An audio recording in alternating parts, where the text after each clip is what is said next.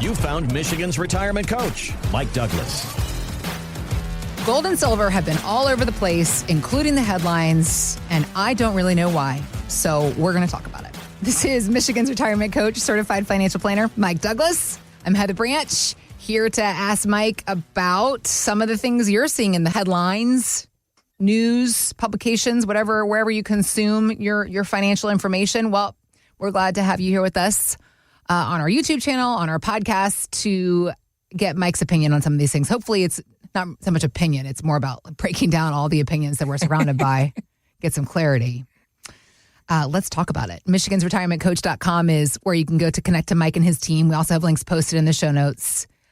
Can we start with just the basic question of gold and silver as precious metals and as alternative investment options? Mm-hmm. And can we begin there as to what role they play in our retirement portfolio? Is that too... What a great question. Well, what they hopefully do you have an play, answer. What they should play, right? And what role people think they play. Okay. Right? I think that's three different answers. So yeah, let's go with this. Okay. The idea of having silver and gold, there's nothing wrong with it. Mm-hmm.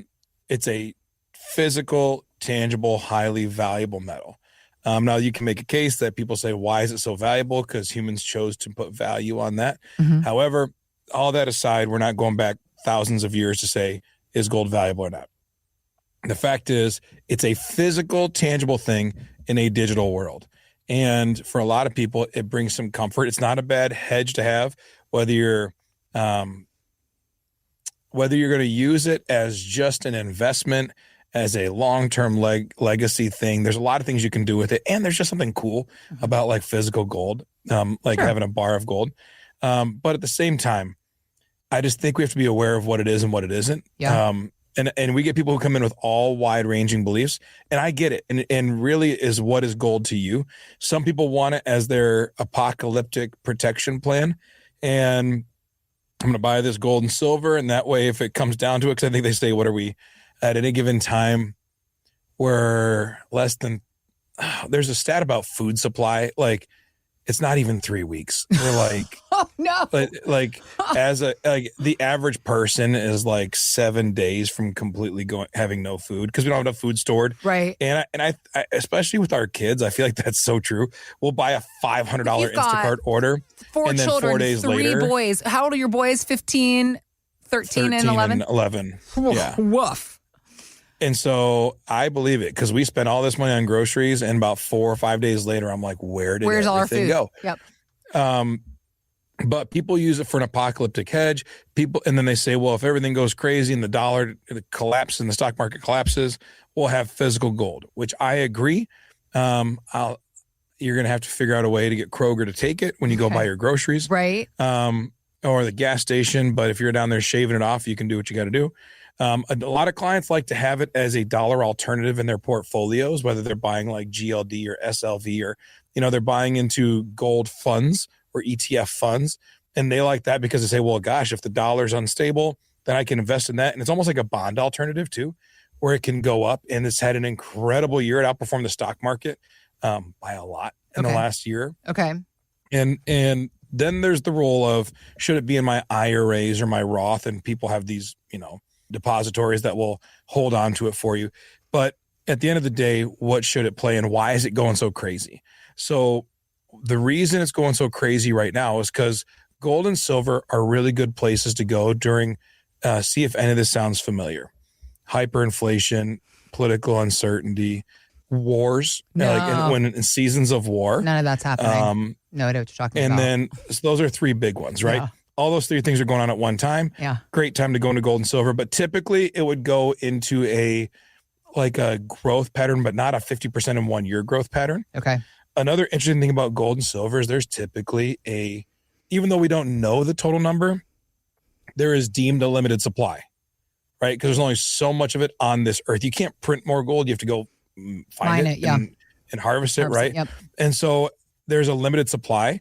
And right now, there's some interesting things going on with Russia, China, and India, where they are making exchanges with each other, not using the dollar as the baseline currency anymore, but instead using gold as the underlying currency.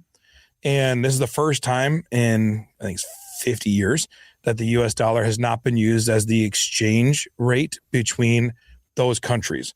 So they are choosing to do their own marketplace using gold as the underlying currency. Well, what does that mean when there's an increase in demand for a limited supply?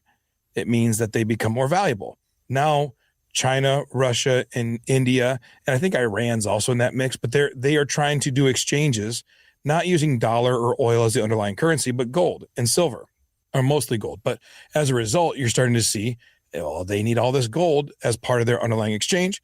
There's an increased demand, same supply, cost goes way up. So there's that going on in addition to the other three things you talked about. So I know it's a very nerdy way to go about it, but there is a high increase for demand on one side because of their exchange. There's a high increased demand because of political uncertainty. There's a high increase in demand because of the wars. There's a high increase in demand because of inflation, and people are afraid of a crashing stock market, and this gold will be a good hedge.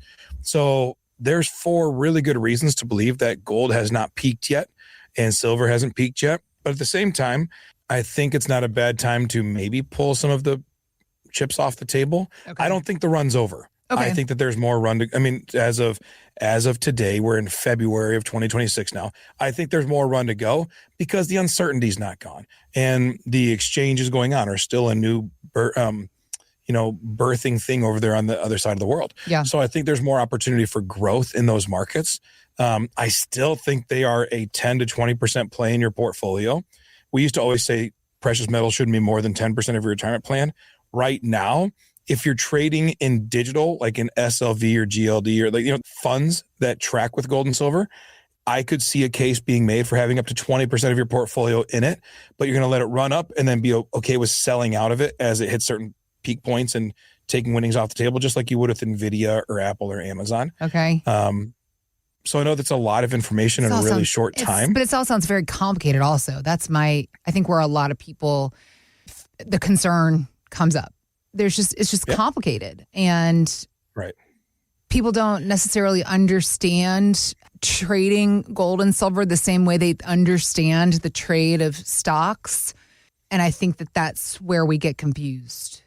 Well, and think of it this way. I always take it back to collectibles. So are you going to bring Beanie Babies into this conversation? Not Beanie Babies. I go to guitars because that's my default. If Paul McCartney signs 100 guitars, mm-hmm. He gets these beautiful guitars, he signs them, and he says these can go out to eBay to be sold. Well, there's only 100 of them. Yeah. So as a result, there's going to be a certain value on them, $10,000 a piece, let's say. $10,000 for a Paul McCartney signed guitar. Yeah. Well, since there's only 100, if I want one and they're going for 10,000 and you offer 10,000, I may have to offer 12,000 to get that guitar. And you say, well, I'm not giving up, so I'll do 13,000 or 15,000. Mm-hmm. And it drives up the price because there's a limited supply and high demand. Mm-hmm. Now, as baby boomers die off, there will be less demand for Paul McCartney guitars. Yep. And maybe more demand for, Adam Levine guitars or I don't know who, right? So, but as a result, there's this increased supply, so the price goes up. What happens if Paul McCartney then says, you know what, this did so well, I'm going to sign another 100 guitars. Well, now there's 200 guitars.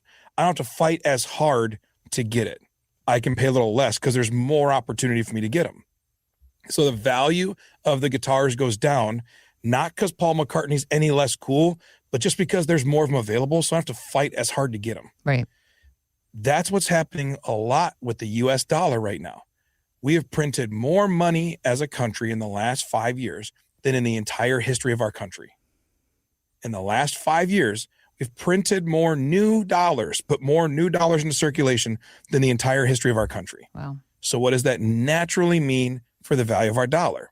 It's going to decrease in value because there's more available out there and there's more in supply in circulation. So as a result, it's less valuable. When the dollar decreases, people say if the value of the dollar is going down, I'm going to go buy some gold and silver to hedge against it. So there's a lot going on right now. And all that to say, there's moving pieces. What happens then in a couple of years? Well, then it's going to flip the other way. And part of the plan is that it would increase people buying American products because the dollar's cheaper. And so therefore they can buy more stuff. There's a lot that goes into the planning and some thought there. But if you are building a plan and how do I invest? How do I use these tools to my advantage? Number one, become educated. That's why we do this channel here, specifically to say, here's nerdy information and how you can try to disseminate that into a retirement plan. Yeah. So one, educate yourself. Be armed with the why, because then the how can make more sense. If I understand why gold's up, well, then I can see kind of the markers of when gold might come back down and maybe I can get out of it. Okay. Number two, you want to know how to use these things to retire comfortably and safely. So people are actually getting nervous because gold and silver are doing so well. That's the phone calls we're taking and the meetings we're having. People are saying gold and silver is doing so well. I'm like, right, aren't you happy? Like, I'm a little, it's They're a like, little too why? It's suspicious. Why? Yeah, it's not supposed to be this good. Yeah. And people are like, what's the matter with it? Nothing's the matter with it. Right. There's just a lot of perfect storms coming together. It's like a meme for stock. A swell up. It's like Right. when AMC or whatever it was back in 2021. What was GameStop? That was GameStop and AMC. Yeah. And that's called there's a melt up a lot of times before a meltdown, which is a great term for precious metals. Yeah. But when you have a melt up, it's when there's a sudden rush to demand. Yeah. And then all of a sudden the actual demand against the supply levels out, and then you have a crash back down. I don't think we're there yet, but I understand people's concern and fear about it. Just do what's appropriate. Have no more than probably 10 to 20% of your portfolio in gold or silver. If you want to have physical gold and silver, that's great. If it makes you feel better, that's great. But I think you can be just as productive using them inside your portfolio and then selling out when you want to get out of them. But there's opportunity to build it as part of it. I wouldn't build my whole retirement plan around it. Okay. Nor would I say, oh, gold and silver or whatever, they're overpriced. I think there's still more run to go as of February 26th. Not a guarantee, but I think that there's more opportunity for growth in them. Okay. Well, working to help you understand what your opportunities are in various investments that are available unto you in your retirement plan is what Mike and his team are working on every single day in the office. They're helping their clients with. They can help you with as well. So if you have questions about gold and silver, real estate, stock market, all the other investments that you can or do have in your retirement plan, reach out to us. Let's begin that conversation, helping you understand how things can work for you in the years ahead, what would work for you, what maybe wouldn't work for you, depending on your goals. MichigansRetirementCoach.com is our website and where you can go to begin the conversation with Mike and his team. We've also got links posted in the show notes. It's a wild world out there, everybody. But we're here to help you get some sanity amongst it all. Again, it's MichigansRetirementCoach.com. Thanks for listening to Michigan's Retirement Coach with Mike Douglas. To learn more, visit MichigansRetirementCoach.com. Michael Douglas is an investment advisor representative of Stewards Wealth Planning, LLC, a registered investment advisor. Financial professionals are not licensed in all 50 states. To find out if Michael Douglas is licensed in your state, please call 517-323-7526. Stewards Wealth Planning, LLC is not affiliated with nor endorsed by the Social Security Administration or any other government agency and does not provide legal or tax advice. Annuity guarantees rely solely on the financial strength and claims-paying ability of the issuing insurance company. By contacting us, you may be provided with information about insurance and annuity products offered through Michael B. Douglas, NPN number 9650939.